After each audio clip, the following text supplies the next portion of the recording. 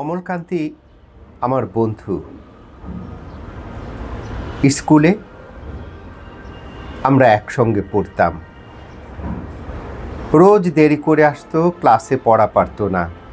শব্দরূপ জিজ্ঞেস করলে এমন অবাক হয়ে জানালার দিকে তাকিয়ে থাকতো যে দেখে ভারী কষ্ট হতো আমাদের।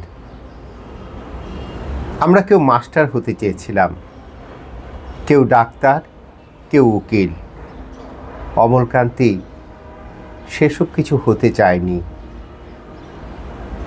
সে রোদ্দুর হতে চেয়েছিল, ক্ষান্ত বর্ষণ, কাক ডাকা বিকেলে সেই লাজুক রোদ্দুর, যা আমার জামরুলের পাতায়, যা নাকি অল্প একটু হাসির মতনে লেগে থাকে। আমরা কেউ মাস্টার হয়েছি, কেউ ডাক্তার, কেউ উকিল। অমলকান্তি রোদ্দুর হতে পারেনি। সে এখন অন্ধকার একটা ছাপাখানায় কাজ করে। মাঝে মাঝে আমার সঙ্গে দেখা করতে আসে, চা খায়, এটা ওটা গল্প করে, তারপর বলে, উঠি তাহলে।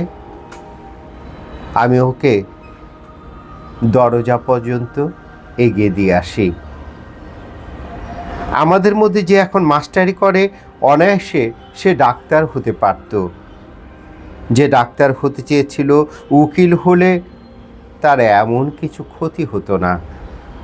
অথচ সকলেরই ইচ্ছে পূরণ হলো এক অমলকান্তি ছাড়া।